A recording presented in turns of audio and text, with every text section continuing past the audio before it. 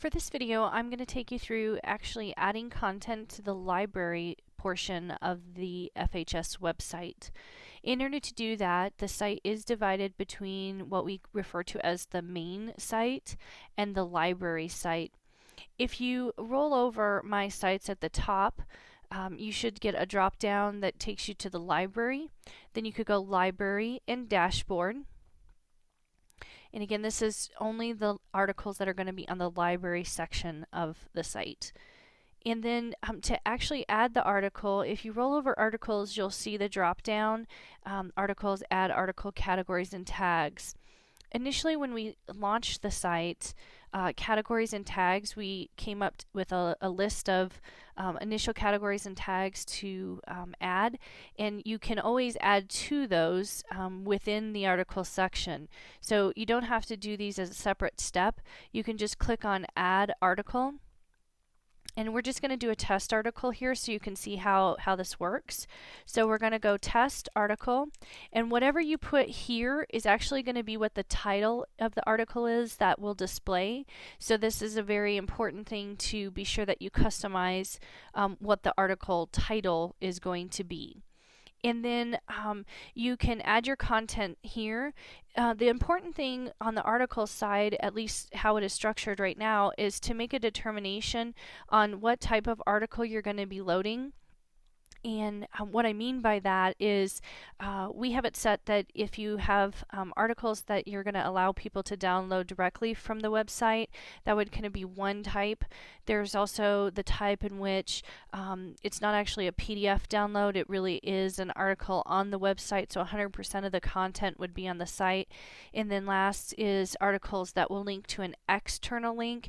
So I believe there's only one loaded right now that does that. That would be, let's say that XYZ research company gives you permission to have their article on your website, but they say, I don't want it to be directly on your website. I want you to have like a little snippet or brief description, and then I would prefer that they actually link over to our site, in which then they would see the article. So if a research company, hospital, or whatever it is tells you that they don't want your site to house the article, I would just suggest kind of respecting that and using the option to use an external link found in your resource guide.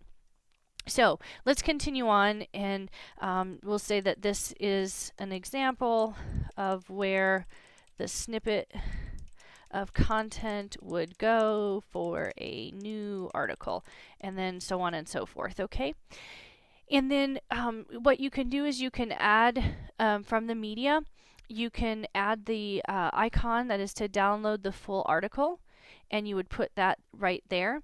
And you notice that it pushed to the far right, and you can modify where it actually displays by clicking on it and then selecting the image, going to advanced setting, right here. So it says alignment, none, left, center, or right. So if you do none, that's an option.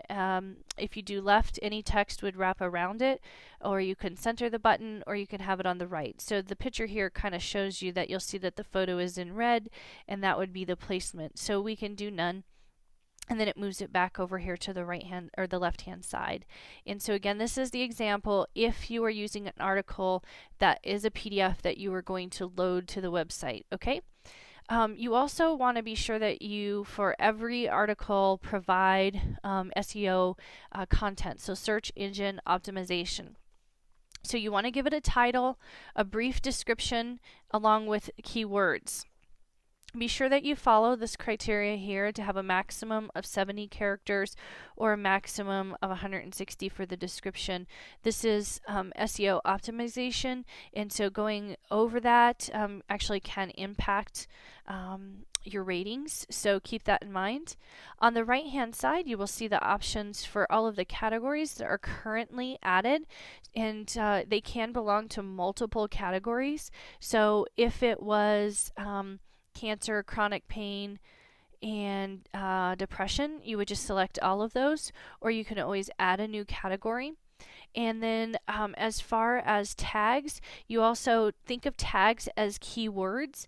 And you might say, well, how come I'm doing this twice? Because I'm adding keywords over here under the SEO section.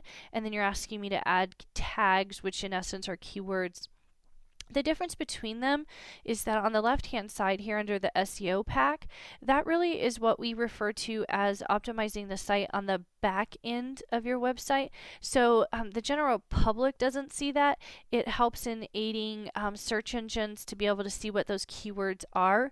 So that is basically the back end support, and the tags are searchable tools that can be used within WordPress. People can search for those tags or keywords. They actually pull up if someone were to click on those, and they're basically like categories as well. And so you definitely want to have those in here. You can always add new, or if you choose the option here, choose from the most used tags, it'll do actually a little drop down, and you can see all of the tags that have been used, and you can just continuously add them here.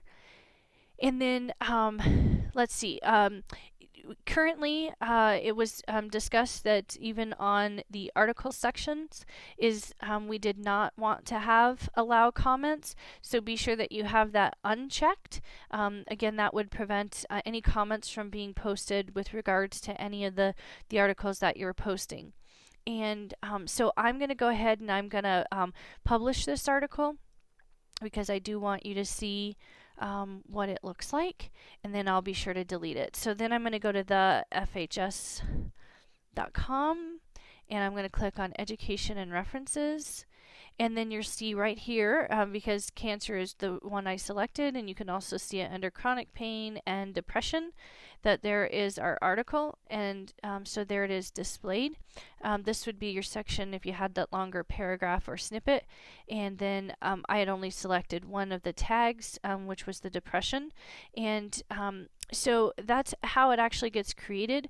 But one more step that I need to just take you back, and apologize, I missed this one in the process here, is that you actually have to get the PDF linked to the article, and this is where you're actually going to go into media and add new, and then you would add your PDF. And I'm going to just use an article that's already there, and you would just, so once you add the new media article, then you can click within it and hit edit, and then you're going to get that file URL over here, and you can copy that, and then you can go back up to articles and my test article, and I'm going to edit that. And then you click on the button, and then because this button does have a link, we're going to unlink it, and then we're going to relink it. And all we're going to do is put in the link there and give it the title. Now, my practice is that I have always, when I loaded these initially, gave the title, the exact title that the file was called. So if this was called Patient Health Assessment, I would call it Patient Health Assessment. And you can choose to open the link in a new window or a new tab, and then you would hit add link, and then when you hit update, that article will be posted. So those are the steps that you would go through for adding a new article. You don't, like I said, you don't have to actually add new categories or tags unless it's necessary. And one of the things you might want to do is to go through, just to take a quick glance at what categories have already been established and what the tags are that are already in there. And I'd also just say that as far as categories, determining whether a new category should be added, I would anticipate that there would be an internal kind of policy or procedure around that at FHS to determine if a new category is warranted, or if you should combine with something else. So I'll leave that to an internal process there.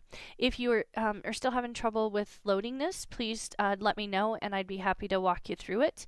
And otherwise, you should be all set. Thank you.